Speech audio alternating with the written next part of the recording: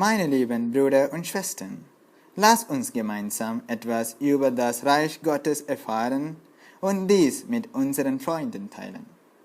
Markus 1,15. Jesus kam nach Galiläa und predigte die frohe Botschaft Gottes und sprach: Die Zeit ist erfüllt und das Reich Gottes ist nahe. Kehret zu Gott, wendet euch von der Sünde ab und glaubt an die frohe Botschaft. Lukas 4,43. Jesus sagte zu ihnen: Ich muss euch den anderen Staaten die frohe Botschaft vom Reich Gottes verkünden, denn dazu bin ich ausgesandt. Er kam, um über das Reich Gottes zu predigen. Lasst uns im Buch Daniel über das Reich Gottes nachlesen. Daniel war einer der Propheten und weisen Männer, die in der Bibel genannt werden. Er wurde während der Herrschaft Nebukadnezar von Jerusalem nach Babylon verbannt. Dies geschah vor etwa 2500 Jahren. Lasst uns Daniel 2 lesen. Im 2. Jahr der Herrschaft Nebukadnezar wurde Nebukadnezar durch eine Reihe von Träumen so sehr aufgestaut, dass er nicht mehr schlafen konnte. So bestellte der König Magier, Geisterbeschwörer, Zauberer und Astrologen ein, damit diese ihm die Träume deuten sollten. Sie kamen und standen ihm zur Verfügung. Der König sagte zu ihnen: Ich hatte einen Traum, der meinen Geist so lange erfüllt, bis ich weiß, was er bedeuten soll. Die Astrologen sagten zu dem König auf Aramäisch: Möge der König ewig leben. Erzählt euren Dienern den Traum, und wir werden ihn deuten. Der König antwortete den Astrologen: Ich habe wie folgt entschieden: Wenn ihr mir den Traum selbst und seine Deutung nicht anzeigt, werdet ihr in Stücke zerrissen und eure Häuser in Schutt und Asche gelegt. Zeigt ihr mir den Traum und seine Deutung aber an, werdet ihr Geschenke, reichen Lohn und große Ehre von mir erhalten. So zeigt mir den Traum und seine Deutung an. Danach trat Daniel ein und bat den König, ihm Zeit zu gewähren, um den Traum zu bedeuten und ihm die Deutung sagen zu können. Daniel ging nach Hause und erzählte seinen Gefährten hierüber, so dass sie den himmlischen Gott um Segen hinsichtlich dieses verborgenen Geheimnisses bitten konnten. Daraufhin wurde das Geheimnis Daniel in einer nächtlichen Vision offenbart, und Daniel preist den himmlischen Gott. Daniel antwortete sodann dem König: Kein Weiser, Geisterbeschwörer, Magier oder Astrologe vermag Eurer Majestät über das Verborgene zu erzählen, nachdem er gefragt hatte. Aber es gibt einen Gott im Himmel, der die Geheimnisse enthüllt, und er hat König Nebukadnezar offenbart, was an dem Ende der Tage geschehen wird. Hier sind eure Traum und eure Visionen, die ihr in eurem Kopf getragen habt, während ihr im Bett gelegen habt. Eure Majestät, als er im Bett war, begann ihr darüber nachzudenken, was wohl in der Zukunft geschehen würde. Und derjenige, welcher Verborgenes offenbart, hat euch aufgezeigt, was geschehen wird. So ist mir das Verborgene nicht etwa offenbart worden, weil ich weiser als alle anderen bin, die da leben, sondern damit Eurer Majestät die Deutung aufgezeigt würde und ihr die Gedanken eures eigenen Geistes verstehen könnt. Eure Majestät hat eine Vision von einer Statue, die sehr groß und strahlend hell war. Sie stand vor euch und ihr Anblick war erschreckend. Der Kopf des Standbildes war aus feinem Gold, die Brust und Arme aus Silber, der Bauch und die Lenden aus Bronze, seine Beine aus Eisen und seine Füße teils aus Eisen und teils aus Ton. Wie ihr dann sagt, kam ohne Zutun von Menschenhänden ein Stein herunter, schlug das Standbild an den Füßen aus Eisen und aus Ton und zertrümmerte diese. Dann wurden das Eisen, der Ton, die Bronze, das Silber und das Gold in Stücke geschlagen und wurden wie Spreu in einer Sommertenne, und der Wind verwehte sie, ohne dass Spuren verblieben. Der Stein, der das Standbild zerschlug, jedoch wuchs zu einem großen Berg, der die ganze Erde erfüllt. Das ist nun, was ihr träumtet, und nun werden wir dem König die Deutung sagen. Eure Majestät, König der Könige, dem der Gott des Himmels Königreich Macht, Stärke und Ehre gegeben hat, und alle Länder, in denen Leute, wilde Tiere oder Vögel unter dem Himmel lieben, euch in die Hand gegeben hat und euch über alles Herrschaft verliehen hat. Ihr seid das goldene Haupt.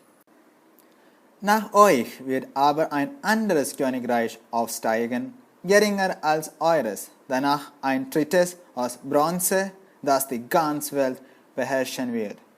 Das vierte Königreich wird so hart wie Eisen sein. Eisen kann alles in Stücke zerschlagen, zerbrechen und zermalmen, so wie Eisen alles zerbrechen und zermalmen kann, wird dieses Königreich andere Königreiche zertrümmern und zermalmen. Zuletzt habt ihr gesehen, dass die Füße und Zehen teils aus Ton, teils aus Eisen gefertigt waren. Das bedeutet, dass es ein geteiltes Königreich sein wird. Es wird noch etwas von der Härte des Eisens in sich tragen, aber wie es sich vermischt mit Ton aus der Erde.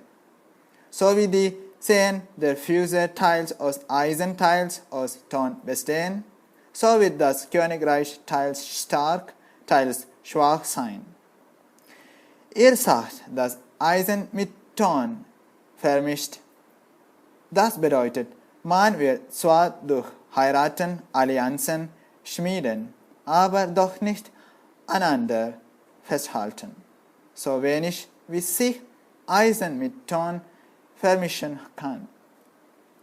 Aber zur Zeit dieser Könige wird der Gott des Himmels ein Reich errichten, das niemals zerstört wird, und dieses Reich wird nicht in die Hand von anderen geraten.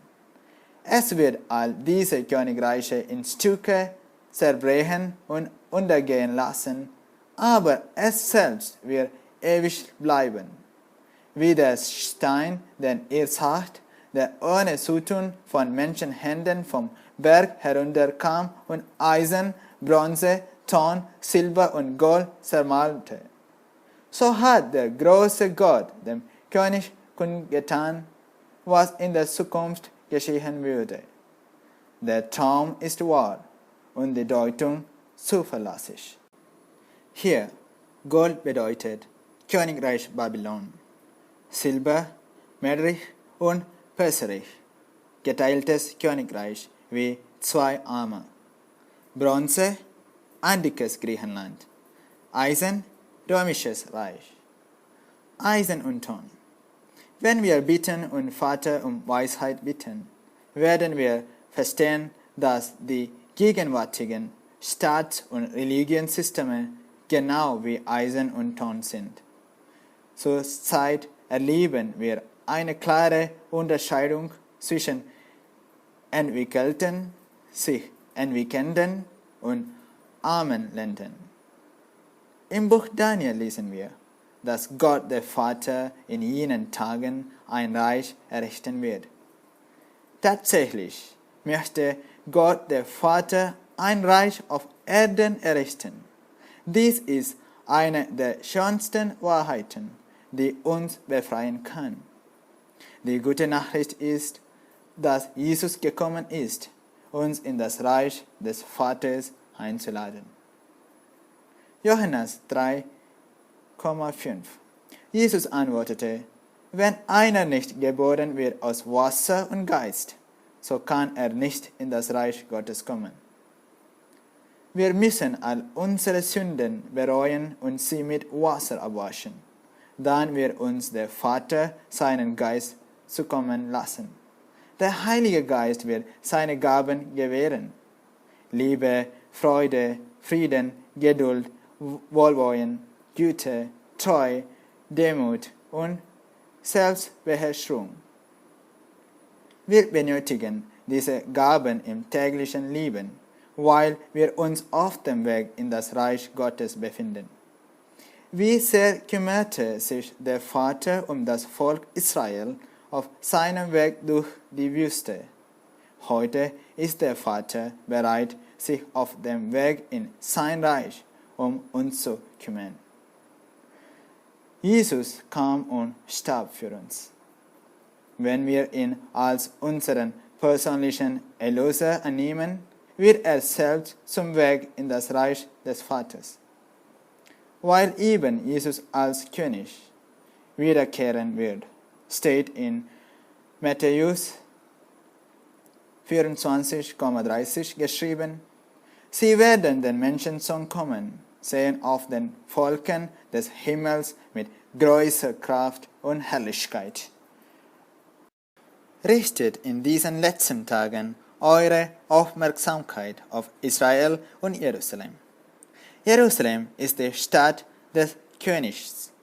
Prophet Jesaja hat im Buch Jesaja 2,2 klare Worte gefunden. Am Ende der Tage wird der Berg mit dem Hause Gottes als der bedeutendste Berg erhoben werden. Er wird höher sein als alle anderen Berge und alle Völkerscharen werden zu ihm strömen. Viele werden zu ihm hingehen und sagen, kommt, lasst uns auf den Berg Gottes des Vaters gehen, zum Hause des Gottes Jakobs. Er wird uns seine Wege lehren und wir werden auf seinen Pfaden wandeln. Denn von Zion aus wird die Unterweisung ausgehen und von Jerusalem aus das Wort Gottes des Vaters. Er wird Gerechtigkeit schaffen unter den Völkern und zwischen vielen Nationen vermitteln. Dann werden sie ihre Schwerter zu Pflugscharen umschmieden und ihre Lanzen zu ziehen. Völker werden nicht mehr gegeneinander das Schwert erheben, und sie werden nicht mehr das Kriegshandwerk erlernen. Prophet Zacharias sah diesen Tag vor vielen Jahren voraus und prophezeite, wie es im Buch Zacharias 14,4 geschrieben steht, an jenem Tage werden seine Füße auf dem Julberg stehen, der östlich von Jerusalem gelegen ist.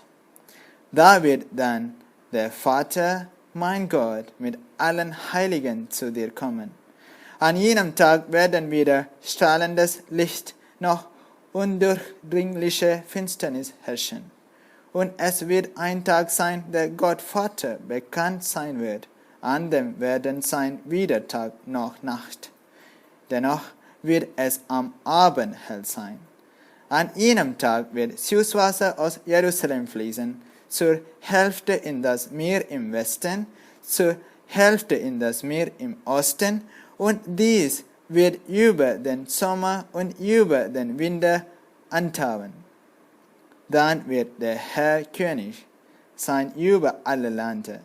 Zu der Zeit wird der Herr nur einer sein und sein Name nur einer. Paulus berichtet über das wichtigste, besondere Merkmal dieses Reiches. Man wird tatsächlich verklärte Leiber haben. So steht in 1. Korinther 15,50 geschrieben: Eins sage ich euch, liebe Brüder, Fleisch und Blut können nicht das Reich Gottes ererben, noch kann das Verwesliche das Unverwesliche ererben. Siehe, ich sage euch ein Geheimnis. Wir werden nicht alle sterben. Es wird nur einen Augenblick dauern, einen Lichtschlag beim letzten Posaunenstoß. Wenn dieser erschallt, werden alle Toten zu ewigem Leben erweckt. Und euch wird, die noch am Leben sind, werden verwandelt werden. Dafür muss das Verwesliche mit Unverweslichem bekleidet werden und das Sterbliche mit Unsterblichem. Dann wird das Wort, das geschrieben steht, erfüllt sein.